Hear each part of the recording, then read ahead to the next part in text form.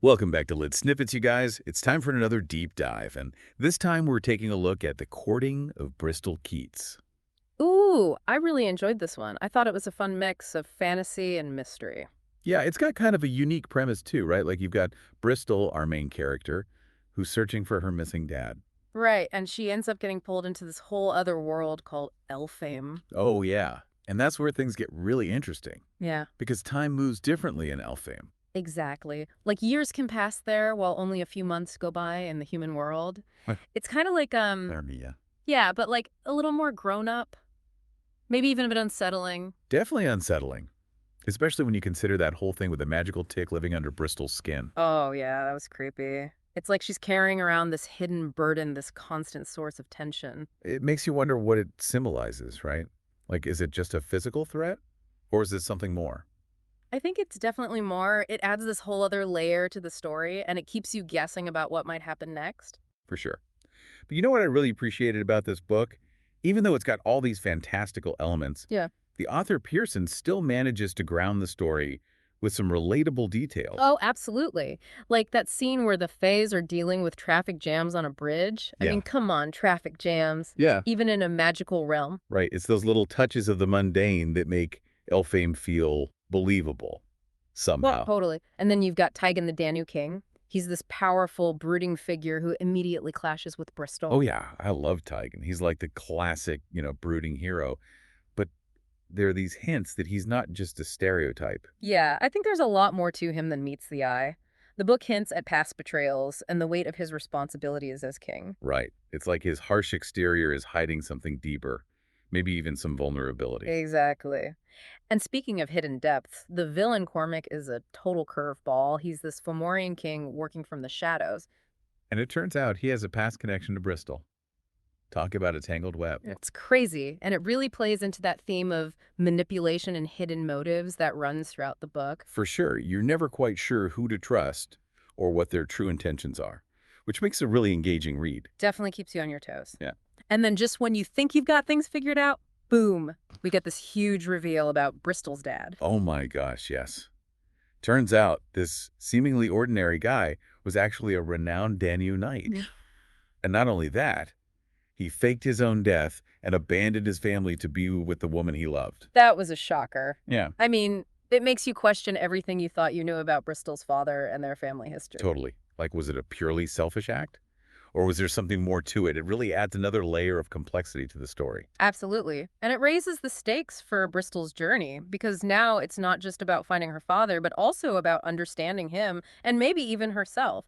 You know, it's interesting how the author kind of sprinkles these little clues about Bristol's dad throughout the story. Oh, like what? Well, like that switchblade he kept in the van, or those dancing lessons he gave her, which turn out to be traditional Fey dances. Oh, wow. Yeah, you're right. It's like he always had this connection to Elpham. Exactly. It makes you wonder if maybe he was always planning to go back, or if something happened that forced his hand. Hmm, that's a good point. But even with all this going on, Bristol's still got that picking time bomb under her skin. Right. That thing is seriously creepy. It's like this constant reminder of the danger she's in. Definitely adds a lot of tension to the story.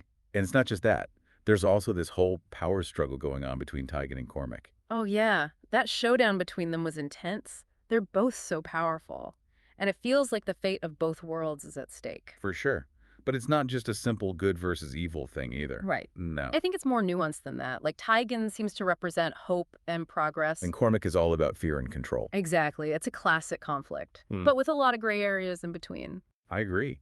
And it's not just about those two either. It's like everyone gets caught up in this conflict. The knights, the sorcerers, even creatures from the wilds. It's pretty epic. But amidst all the chaos and danger, there's also this budding romance between Bristol and Tigan. Oh, yeah. Definitely felt the chemistry between them. Their stolen glances, the lingering touches, even their arguments. It's obvious there's something there. But, of course, it wouldn't be a fantasy novel without some complications. What do you mean? Well, both Tigan and Bristol are keeping secrets, secrets that could potentially tear them apart. Yeah, that's true. It makes you wonder if the relationship can really survive all the deception and hidden agendas. And isn't that kind of like real life, too? Secrets have a way of complicating things. For sure. So we've got this intense battle for the future of Elfin, a romance full of secrets and a protagonist who's still trying to figure out her own past. It's a lot to unpack. What are your thoughts on the big takeaways from this book? Hmm, that's a good question. I think there's a lot more to this book than just the fantasy and romance. It really makes you think about some pretty big themes like love and betrayal and Oh sacrifice. yeah, for sure. But it also goes deeper than that, doesn't it? Like, it explores self-discovery and facing your past and making tough choices. Exactly. And then there's that whole idea of different worlds with different rules of time. Right. It kind of makes you question the nature of reality itself. Like, what if there really are other dimensions out there where time works differently? It's mind-blowing. Makes you wonder if you were given the chance, would you step into the unknown, even if it meant leaving everything behind. That's a tough one. Yeah, Honestly, this deep dive has given me so much to think about. Like, what will Bristol ultimately choose? yeah. Will she stay in Elpham or go back to the human world? And what about her relationship with Tyan? And will her father ever really face the consequences of his actions? So many questions. I guess we'll just have to, you know, let the readers discover those answers for themselves.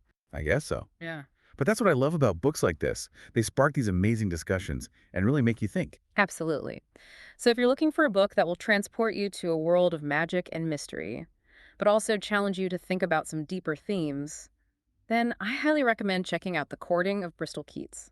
I second that. And hey, maybe once you've had a chance to read it, come back and let us know what you think. Yeah, we'd love to hear your thoughts. All right, bookworms. That's it for our deep dive into the Courting of Bristol Keats. We'll catch you next time on Lit Snippets for another bite-sized book breakdown. Happy reading, everyone.